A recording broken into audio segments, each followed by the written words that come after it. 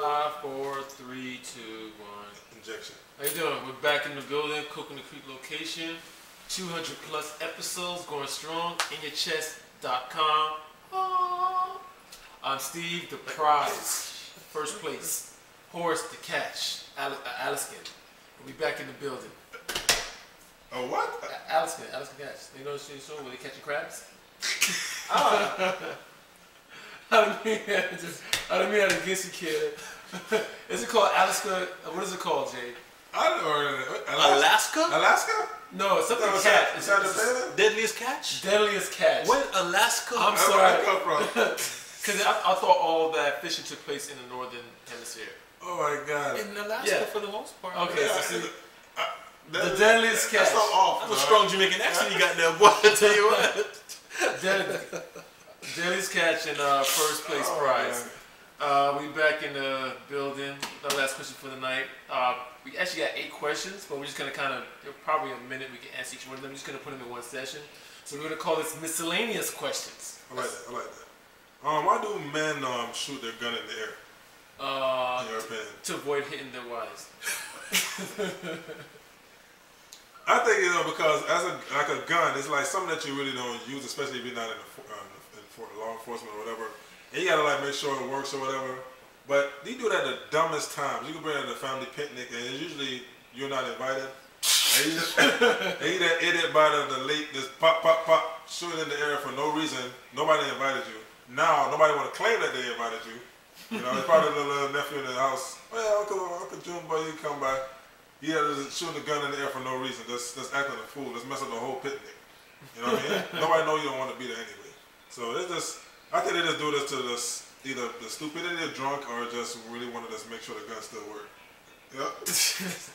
You know, some people get the itch. Yeah. Help with their firepower. I got another one that came in here.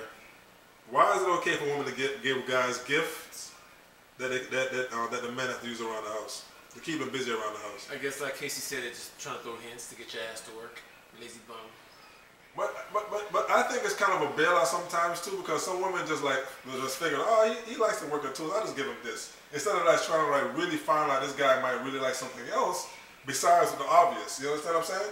Because with a woman, it's like they expect you to really like, oh, you should know what I like, honey. Now you gotta really like get really creative now and try to find that really great gift. But women are like, they're probably just like, whatever. I mean, he's a man's man. I just give him a electronic hammer. Voila, honey, I got you some new stainless steel pots. That's a slap in the stick face. resistance. That's a real. So when you're cooking, no butter needed, baby. I wouldn't do that. That's really chauvinistic. I'm not that type. But I'm saying that's how. That's kind of the same. Okay, I see what you're saying. That's an example of how we do it to them, do it to us. I see what you're saying. Yeah, I got your new jack. Listen, check out this Louis Vuitton apron I got you. You're gonna look good behind the dishes. Good point. That's exactly what it is. It's exactly what it is. I feel so. That's a good point, Steve. Yeah, for real, man. Good point. I got another one here. What age do you get your parental voice? I'm not too familiar with this, but break down, what is that? That is like, say, it can happen at any time in your life, but it happens when there's some badass kids around that you don't know, and they just did something. You be like, hey, don't do that. It's like your voice changed than normal. Right? Like regularly you talk a certain way, but then you try to like stop this kid from doing something bad, and then you just kick him like, hey, don't do that. Hey, why are you kids doing this? It's a different sound in your voice, a little direction, a little more structure. Oh. You know what I'm saying? And you get it at a young age too. You might be just babysitting some little brats, and they did something, and you actually have that responsible sound in your voice. Usually, people get it very time of their life. When does it happen? Yeah, it happens very time of your life, depending on the situation. I think mostly like kids like in the ghetto get it. What about frustration? What about frustration parents always come in? Listen, no. Remember, our substitute word for ghetto is disadvantage zip code. Okay. I think kids in disadvantaged zip codes get it first because most of the times the kid they basically watching their little brother, watching their little sister, watching their little cousin. So they gotta damn near like be the bigger one and become responsible at that time quicker than normal. So I think kids in disadvantaged zip codes get it quicker than anyone else. My opinion. Check. Yeah. The next one is why do women try to get sex before their period come on? I think the hormones kick in before that period. Multiple exponentially. It does. But doesn't that come off to kind of being selfish towards the man? Like, hey, you're just a piece of ass right now. I'm just trying to get my thing. That's what it comes off like. Oh, honey, it should be. I'm be out of commission for 5 days. 3-5 days. I need you. That's kind of like indirectly like you're using me right now, honey. Technically, the whole purpose of sex is just to reproduce. So we are already breaking the rules by using it for our personal pleasure. It's true. I agree totally. So we're the only animal that only have sex for fun. Yeah. So besides, there's a monkey that does it. no, I'm dead serious. There's a monkey that also does the same thing that we do. It actually pulls out. If you don't believe, folks, you don't believe me, you can Google this. There's a monkey that pulls out just like us. They studied this monkey. He's the closest thing to us. No, I'm dead serious. No, he pulls out. Control environment.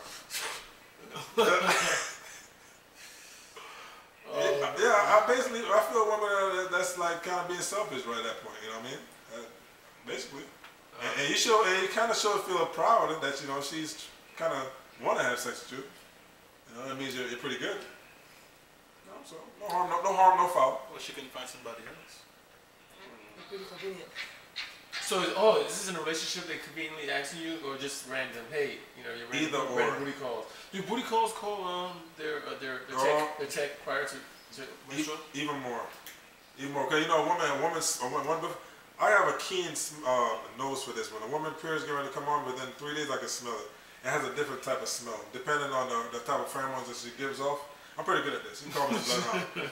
I can smell when it's a bait ready to come in. Sometimes when I tell them before they know, they're like, how the hell you know? It's like, I just know. Because I know their body and the pheromones it gives off. It's natural. It's a human thing. It gives off a certain smell. It's not a bad smell. I know what you mean. It's just that anticipation. Smell. Like, it's getting ready to come on. So it gives off a different kind of smell. You understand what I'm saying? It comes off the pores of their skin. Pores of the skin. Usually the best time for you can tell is when they're eating beef. Because the beef, the skin sweats. I'm sorry I know so much. I'm sorry. What's the next one?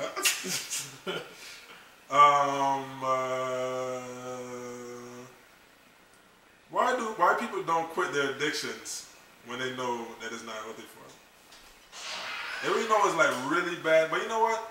I feel like everything in life really is an addiction. There's a lot of things that's good things that's an addiction, but it's not really healthy because you can smoke marijuana. I never smoked it before. I know I'm Jamaican, but I haven't. You can smoke marijuana occasionally. It's not bad for you. You smoke marijuana a lot, it's not good for you. You can drink a whole lot of water, it's not good for you. You drink a little bit of water, it's good for you. You can take heroin. Some people use cocoa leaves or whatever for certain things for medical reasons, small proportions. It's good for you. I mean, too much cocoa leaf or whatever. Perms are addicting. Great point, Steve. Perms. You can use a mild perm. Just for me. You get. And they know that if it stays in too long, you can die. Follicle damage, permanent hair damage, brain damage, eye cancer, loss of the texture of hair, discoloring on the floor if right with the drops on the floor on the tile. Quite a few things can happen.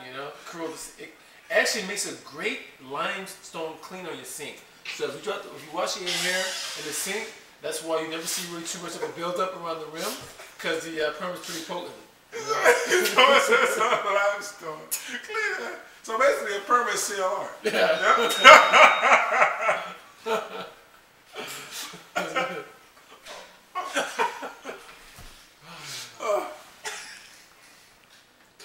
Well, it's hard when you have addictions, man. You can be addicted to soda.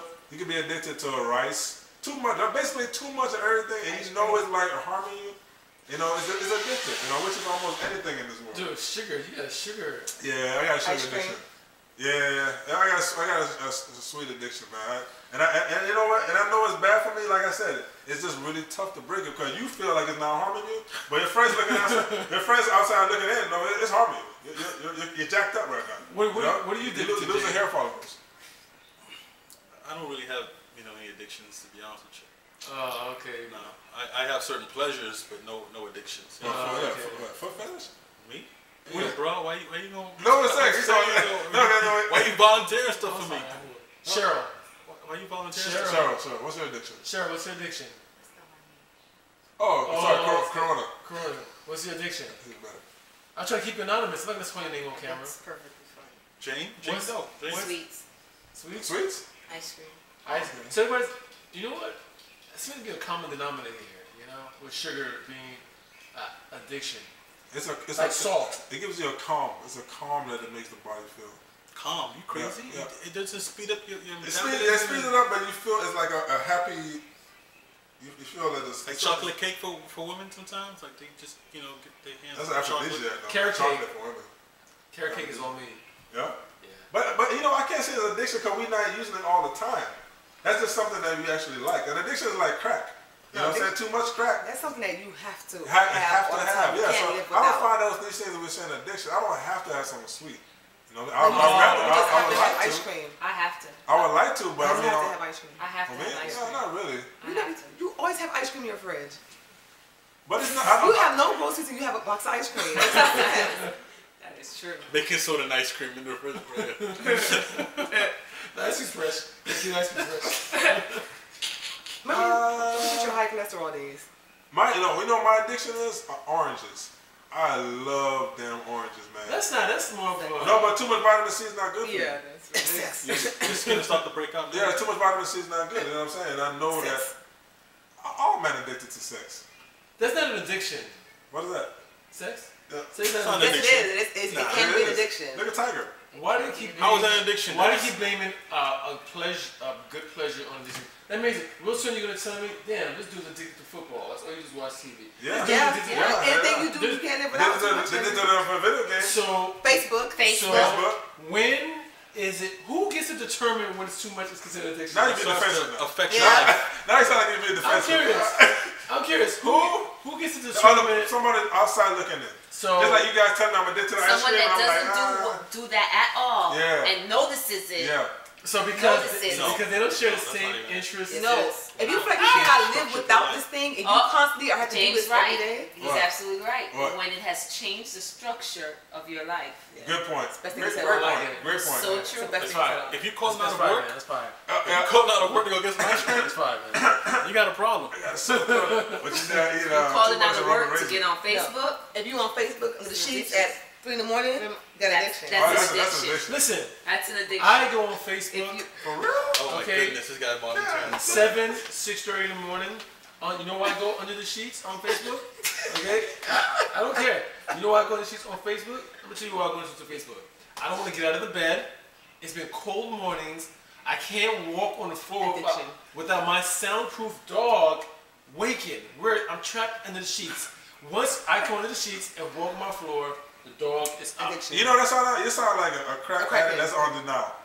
That just went to rehab and don't want to go to rehab. So when I wake up a certain time, I can't do my usual leisure. I used to go lounges the other room, kicking my legs. Addiction is when you have your phone set to make every time there's an alert or someone sends you a message, you have it alerting you with a ring. A message? No. I changed my that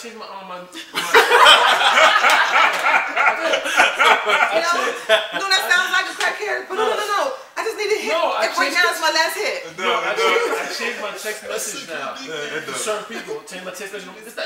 This has nothing. This is really denial. No, this has nothing to do with Facebook though. No, yes it does. No, you're in denial about it. No, these are just regular messages. This has nothing to do with Facebook. I had an addiction to Sprite for years. I drank Sprite every morning, at least like 2 to 3 cans a day, and I had to drink it every day. No, I'm not talking about Facebook. I'm talking about my messaging. That's what she's talking about. I didn't feel right if I didn't do it. You're talking about my text messaging. That's what she's talking about. She's talking about Facebook. No. You know, because I don't get notifications from Facebook on my phone. Okay. If it's not a job, anything that you're obsessed with doing every day, it's an addiction. I'm addicted to playing basketball. I can be dead tired, sleepy, flu, and I see somebody shooting basketball, I'll go put my shoes on. That's an addiction. You're addicted to basketball? Somebody's addicted to a second and third round in here. I'm not going to say that.